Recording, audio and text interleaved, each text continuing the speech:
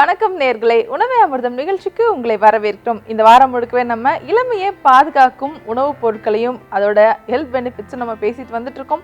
So இன்னைக்கு எதை அடிப்படையாக வச்சு நம்ம ரெசிபி பண்ண போகிறோம்ன்ற விஷயம்லாம் டாக்டர்கிட்ட கேட்டு தெரிஞ்சுக்கலாம் வாங்க. ஸோ டாக்டர், இந்த வாரம் முழுக்கவே நம்ம இளமையாக பாதுகாக்கக்கூடிய விஷயங்கள்லாம் பார்த்துட்டு இருக்கோம். ஸோ இன்னைக்கு என்ன பேஸ் பண்ணி நம்ம ரெசிபி பண்ண போகிறோம்? பொன்னாங்கண்ணி, அதாவது பொன்னாங்கண்ணி கீரையும் பாசிப்பருப்பும் சேர்ந்து ஒரு துவட்டல்னு பேர், பொன்னாங்கண்ணி துவட்டல்னு பேர். இது பண்ணிட்டோம்னா நமக்கு அது வந்து இளமையை பாதுகாக்கிறதுக்கு உதவியாக இருக்கும். அப்படிங்கிறதுனால இது நம்ம செய்கிறோம். துவட்டல்ன்றது வித்தியாசமாக இருக்குது டாக்டர். ஒன்றும் இல்லை, நம்ம பொரியல் பண்ணுற மாதிரி தான் துவட்டல் அப்படிங்கிறது. முன்ன காலத்திலே நம்ம வந்து அந்த துவட்டி எடுக்கிறது, அதாவது அதனுடைய அது மாதிரி பண்ணும்போது என்ன ஆகும் அப்படின்னாச்சுன்னா அதனுடைய நுண் ஊட்டச்சத்துக்கள்லாம் பெருவாரியாக கெட்டு போகாமல் அது நமக்கு பக்குவப்பட்டு கிடைக்கக்கூடிய ஒரு சமையல் முறை தான் துவட்டல்னு பேர். இது உடலுக்கு ஊட்டம் அளிக்கும் அப்படிங்கிறதுனால இன்றைக்கி நம்ம அதை செய்கிறோம். பொன்னாங்கண்ணி கீரை பற்றி சொல்லுங்கள் டாக்டர். அது என்னென்னா அதனுடைய பேர்லேயே அதனுடைய நன்மைகள் தெரியுது. பொன், ஆம், கான், நீ அப்படின்னு பிரிச்சிட்டோம்னா உடல், அதாவது தோல் வந்து பொன் நிறமாக ஆகும் கான் நீ அப்படிங்கிறது அதனுடைய பேர். பொன் அப்படிங்கிறது பொறுத்த வரைக்கும் நாம் நினச்சிட்டு இருக்கிற மாதிரி ஒரு மஞ்சள் நிறத்தில், அதாவது தங்க நிறத்தில் அப்படியே ஜொலிக்கும் அப்படிங்கிறது இல்லை. அந்த இடத்துல அவங்க சொல்கிறது வந்து பொன் போன்று தூய்மையான உயர்ந்த நிலையை அடையும் உடல் அப்படிங்கிறத நம்ம அதில் பொருள் எடுத்துக்கணும். பொன் போல் உடல் மாறுறதுக்கான மூலிகைகள்னு பல மூலிகைகளை அடையாளப்படுத்திருக்காங்க. அதில் முக்கியமான மூலிகை வந்து பொன்னாம்காணி. இந்த பொன்னாம்காணி அவங்க அதனுடைய பாடல் விளக்கத்தில் சொல்லும்போது மிக அழகாக அதை விளக்கம் சொல்லுவாங்க சித்தர்கள் சொல்லும்போது. இந்த பொன்னாங்காணியை முறைப்படி நாம் அதனுடைய அந்த அடிப்படை கூறுகள்லாம் மாறுபாடு இல்லாமல் அதை சமைச்சு சாப்பிட்டு வரும்போது உடல் வந்து அழகை பெறும் அப்படின்றாங்க. அழகு அப்படிங்கிறது சொல்ல வரைக்கும் ரொம்ப ஒரு சிறந்த ஒரு பார்த்த உடனே ஒரு இதாக இருக்கும் அப்படிங்கிறது மாத்திரம் இல்லாமல் அது உடலில் அந்த அழியா செல்வம்னு சொல்லக்கூடிய ஒரு ஆரோக்கியத்தை அது உடல் கிடைக்கும் அப்படிங்கிறத அதை தெளிவாக சொல்லியிருக்காங்க அந்த பாடல் வரிகள் நம்ம சொல்லும்போது. கண் ஒளியை பாதுகாக்கக்கூடிய மூலிகைகளை ரொம்ப முக்கியமாக சொல்கிறாங்க.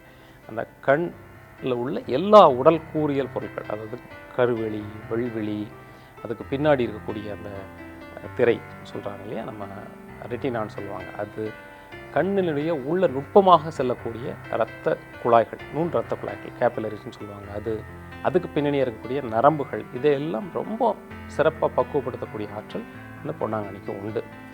அதை தாண்டி மூளையை பக்குவப்படுத்தக்கூடிய தன்மையும் இந்த பொன்னாங்கண்ணிக்கு உண்டு. நிறைய விஷயம் சொல்லியிருக்கீங்க டாக்டர். எந்த அளவுக்கு வந்து இந்த பொன்னாங்கண்ணி எந்த அளவுக்கு கண்ணை மட்டும் இல்லாமல் காயக்கல்பமாக இருக்குன்ற விஷயம்லாம் ஷேர் பண்ணிட்டீங்க. நான் இப்போ இந்த டிஷ்ஷை செஞ்சு பார்த்துட்டு வந்துடுறேன் டாக்டர். நிச்சயமா. ஸோ நேர்களை நம்ம இப்போ பொன்னாங்கண்ணி துவட்டல் எப்படி செய்கிறதுங்கிறத இப்போ பார்த்துடலாம். இந்த வாரம் முழுக்கவே நம்ம இளமையாக இருக்க உதவக்கூடிய உணவுப் பொருட்களை அடிப்படையாக வச்சு நிறைய ரெசிபிஸ் பார்த்துட்டு வந்துட்டு இருக்கோம். ஸோ இன்றைக்கி நம்ம பார்க்க போகிறது பொன்னாங்கண்ணி துவட்டல். ஸோ பொன்னாங்கண்ணி துவட்டலுங்கிறது வேறு எதுவுமே இல்லை, ஒரு பொரியல் மாதிரி நம்ம பண்ணி எடுக்க போகிறோம். சிறுபருப்பு மட்டும் ஆட் பண்ண போகிறோம். ஸோ இதுக்கு என்னென்ன பொருட்கள் தேவைன்னு நம்ம இப்போ பார்த்துடலாம். பொன்னாங்கண்ணி கீரை, சிறுபருப்பு, தண்ணி சேர்த்து நம்ம ஊற வச்சுருக்கோம், கொஞ்சமாக மிளகு, சீரகம், சின்ன வெங்காயம், கல்லுப்பு, நெய்.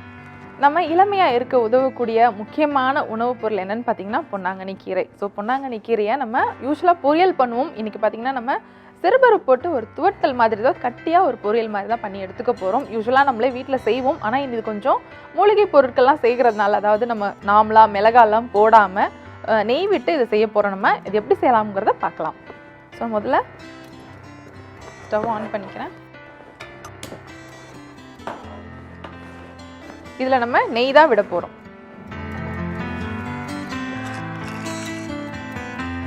நெய் விட்டுட்டு நெய் நல்லா சூடானதுமே கொஞ்சமாக சீரகம், மிளகு போட்டு நல்லா பொரியணும். பொரிஞ்சதுக்கப்புறம் சின்ன வெங்காயம் ஆட் பண்ண போகிறோம்.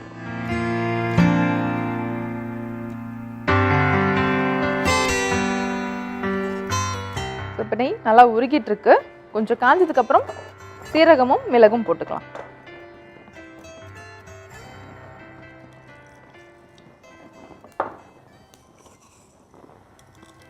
நல்லா பொரியணும். இதில் போட்டிருக்க மிளகு,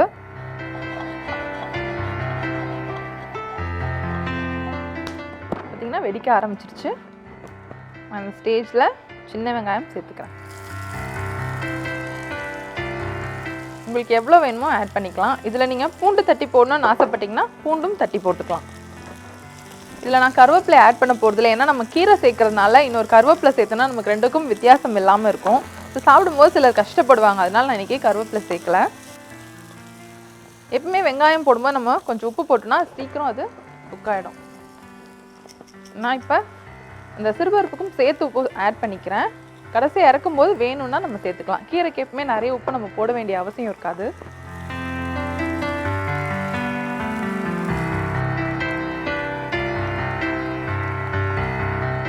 அடுத்ததான் ஊற வச்சுருக்கேன் சிறுபருப்பை ஆட் பண்ணிக்கிறேன்.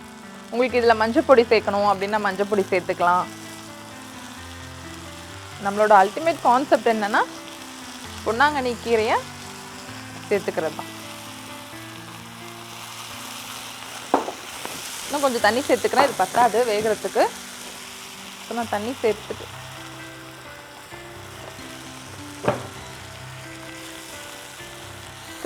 சிம்மில் வச்சுட்டு நான் மூடி போட்டு வைக்க போகிறேன்.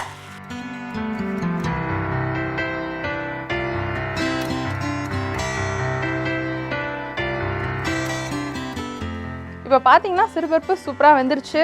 தண்ணி எதுவுமே இல்லை, தண்ணி இருக்கக்கூடாது. ஆக்சுவலாக குழ குழன்னு இருந்தால் அது கூட்டு மாதிரி ஆகிடும். நம்ம துவட்டல் பண்ணுறதுனால இது ட்ரையாக தான் இருக்கணும். ஸோ இந்த ஸ்டேஜில் நான் பொன்னாங்கண்ணி கீரையை ஆட் பண்ணிக்கிறேன். நம்ம ஆல்மோஸ்ட் இந்த டிஷ்க்கு தேவையான எல்லா உப்பையும் நம்ம ஏற்கனவே ஆட் பண்ணியாச்சு. ஸோ இப்போ நீங்கள் தனியாக இதில் சேர்க்கணுன்னு அவசியம் இல்லை, ஏன்னா கீரைக்கு அதிகமாக உப்பும் தேவைப்படாது. ஸோ இதுதான் துவட்டுறது. சிறுபருப்போடு நான் சேர்த்து கலரிட்டுருக்கேன். நார்மலாக இருக்க மற்ற கீரையை விட பொன்னாங்கண்ணி கீரை கொஞ்சம் அதிகமாக தான் குக் பண்ணணும், ஏன்னா அது கொஞ்சம் ஸ்ட்ராங்காக இருக்கும், சீக்கிரம் வேகாது. இந்த ஸ்டேஜில் நீங்கள் சிம்மில் வச்சுட்டு மூடி வச்சாலும் சரி, உங்களால் இது ஓகே நமக்கு கொஞ்சம் க்ரீனிஷாகவே இருக்கட்டும் அப்படின்னு நினச்சிங்கன்னா ஆஃப் குக்கூடாக சாப்பிட்ணுன்னு நினச்சாலும் நீங்கள் இதை இப்படியே கூட எடுத்துக்கலாம். சூப்பராக ரெடி ஆகிடுச்சு. இப்போ எனக்கு ரொம்ப கலர் மாற வேண்டாம், அந்த பிளாக் கலரில் கீரை. ஸோ நான் வந்து க்ரீனிஷாகவே இதை வந்து ஆஃப் பண்ணிக்கிறேன். நான் சர்விங் பவுலில் மாற்றி காட்டுறேன். எப்பவுமே கீரையில் நெய் விட்டு சாப்பிட்றதுக்கு நம்ம எல்லாருக்குமே பிடிக்கும். ஸோ இதுவும் நம்ம நெய் போட்டே தாளிச்சிருக்கோம், சின்ன வெங்காயம்லாம் போட்டு ரொம்ப நல்ல ஸ்மெல் வந்துட்டுருக்கு. ஆக்சுவலி இங்கே பார்த்தீங்கன்னா அது மட்டும் இல்லாமல் சீரகத்தோட ஸ்மெல்லும் சூப்பராக இருக்குது. நீங்கள் இதில் தக்காளி ஆட் பண்ணனாலும் ஆட் பண்ணிக்கலாம். நம்ம சாதாரணமாக கீரை பொரியல் பண்ணுற மாதிரி கொஞ்சம் இந்த துவட்டல் ஸ்டைலில் நீங்கள் பண்ணிக்கலாம். இந்த கீரை மட்டும் இல்லை, நீங்கள் வேறு கீரையும் இந்த மாதிரி ட்ரை பண்ணலாம். ஆனால் நம்ம இன்றைக்கி இளமையாக இருக்கக்கூடிய உணவுப் பொருட்கள் பார்க்குறதுனால நம்ம இந்த பொன்னாங்கண்ணி கீரை எடுத்திருக்கோம். நிச்சயமாக வீட்டில் நீங்கள் ட்ரை பண்ணி பாருங்கள், ரொம்ப ரொம்ப டேஸ்டியாக இருக்கும். ஏன்னா பசும் நெய் போட்டு நம்ம இதை பண்ணியிருக்கோம். குழந்தைங்க எல்லாருக்குமே ரொம்ப பிடிக்கும். நிச்சயமாக நீங்களும் வீட்டில் ட்ரை பண்ணி பார்த்துட்டு எங்களுக்கு ஃபீட்பேக் எழுதி அனுப்புங்க. ஸோ இளமையாக இருக்கக்கூடிய உணவுப் பொருட்களில் இன்றைக்கி நம்ம பொன்னாங்கண்ணி துவட்டலை பார்த்தாச்சு. இப்போ நம்ம சத்யா வழங்கும் பரிசு பகுதிக்கு போகலாம். டாக்டர்கிட்ட 2 இன்ட்ரெஸ்டிங்கான கொஸ்டினுக்கான பதிலை கேட்டு தெரிஞ்சுக்கலாம். இப்போ நம்ம பொன்னாங்கண்ணி துவட்டல் செஞ்சு பார்த்தாச்சு, சத்யா வழங்கும் பரிசு பகுதிக்கும் நம்ம வந்தாச்சு. இப்போ 2 இன்ட்ரெஸ்டிங்கான கொஸ்டின் நாங்கள் எடுத்து வச்சுருக்கோம். டாக்டர்கிட்ட அதுக்கான பதிலை கேட்டு தெரிஞ்சுக்கலாம். டாக்டர், முதலாவதான கேள்வி கண்ணையா அரக்கோணத்துலேருந்து எழுதியிருக்காங்க. 2006 எனக்கு சிக்கன் குனியா வந்தது. அப்போலேருந்து எனக்கு இப்போ வரைக்கும் முட்டு வலி விட்டு விட்டு வந்து போயிட்டே இருக்குது, எதனால் இப்படி வருதுன்னு கேட்குறாரு. அதாவது சிக்கன் குனியா வந்ததுக்கு பின்னாடியும் நிறைய பேர் இந்த மாதிரி மூட்டு வலியால் அவதிப்படுறவங்க நிறைய பேர் இருக்கிறாங்க. சிக்கன் குனியாவுடைய முக்கியமான குறிகுணமே அந்த மூட்டு, அதாவது அதிக அளவு ஜுரம், காய்ச்சல் அதிகமாக இருக்கிறதும் மூட்டு வலியும் சேர்ந்தது தான் இந்த சிக்கன் குனியா. அது போஸ்ட் சிக்கன் குனியா செக்குலேன்னு சொல்லுவாங்க. இந்த சிக்கன் குனியா முடிஞ்ச பிறகும் ரொம்ப நாளைக்கு அந்த மூட்டு வலி தாக்கம் இருக்கிறது பார்க்குறோம். இந்த மாதிரி இருக்கிறவங்க அந்த போஸ்ட் சிக்கன் குனியா செக்குலை நீக்கிறதுக்கும் இந்த நிலவேம்பு கஷாயம் தான் உதவியாக இருக்குது. நிலவேம்பு கஷாயம் இப்போ நிறைய இடத்துல கிடைக்கிற மாதிரி இருக்கிறதுனால அரக்கோணத்துலேருந்து இருக்கிறாங்க அவர். அந்த அரக்கோணத்துலேயும் நிச்சயமாக சித்த மருந்து கடைகளில் கிடைக்கும். அதை தொடர்ச்சியாக காலையிலையும் மாலையிலையும் கஷாயம் மாதிரி பண்ணி சாப்பிட்றதும், வெளிப்பக்கமாக கற்பூர தைலம் அல்லது பிண்ட தைலம்னு ஏதாவது ஒரு தைலம் அதை தடவி வெந்நீர் வச்சு நல்லா உத்தரம் கொடுக்கறதும் அதுலேருந்து நீங்கலாம். அதெல்லாம் விட முக்கியமானது உடம்பினுடைய எதிர்ப்பாற்றலை அதிகப்படுத்தக்கூடிய வேலைகள் செய்யணும்.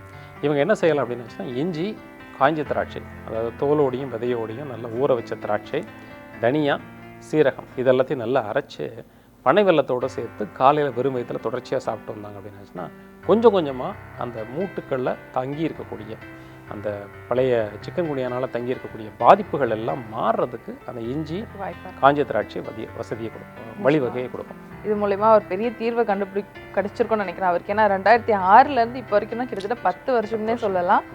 ஸோ அடுத்ததாக பார்த்தீங்கன்னா துளசி கோவையிலேருந்து எழுதியிருக்காங்க. என்ன கேட்டிருக்காங்கன்னா, நம்ம ஏற்கனவே சிக்கன் பற்றி பார்த்துருக்கோம்.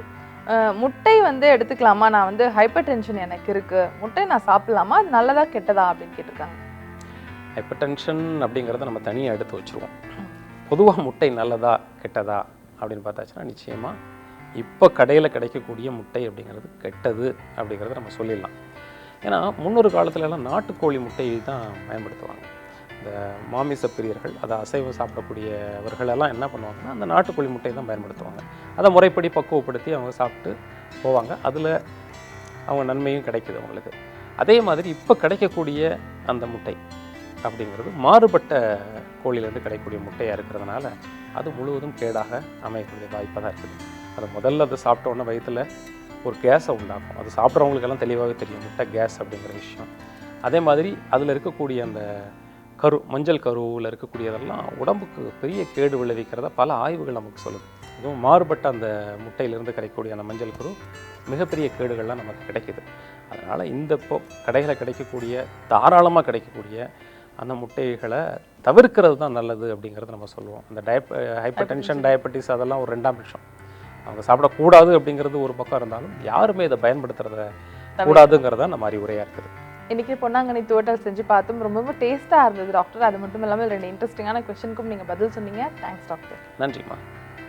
ஸோ நேர்களே, இன்றைக்கி நம்ம பொன்னாங்கண்ணி துவட்டல் செஞ்சு பார்த்தோம். இந்த மாதிரி இன்ட்ரெஸ்டிங்கான ரெசிபியோட நாங்கள் உங்களை சந்திக்கிறோம்.